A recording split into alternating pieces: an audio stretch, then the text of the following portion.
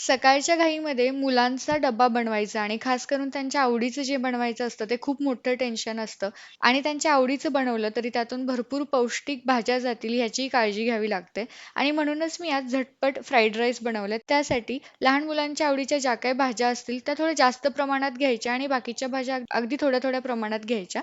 Fried rice बनवताना तांदूळ उकडून घेतला आणि तो चिकट झाला की त्याची मजा निघून जाते, म्हणून तो उकडताना थोडंसं तेल टाकायचं आणि आपण झटपट फोडणी तयार करून घ्यायची.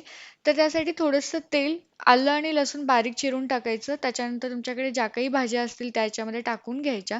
त्या छान परतून घेतल्या की मग आपण याच्यामध्ये उकडलेला तांदूळ आहे तो टाकणार आहे आणि त्यांच्या आवडीचे जे काही सॉस असतील, चिली सॉस, सोया सॉस, साधा सॉस, थोडंसं व्हिनेगर आंबटपणासाठी आपण टाकू शकता. टोमॅटो सॉस जर जास्त आवडत असेल तर त्याचं प्रमाण थोडंसं वाढवू शकता आणि असा झटपट भरपूर व्हेजिटेबल्स घालून हा पौष्टिक भात आपण करू शकतो. मी याच्यासोबत भिजवलेले बदामही दिलेत.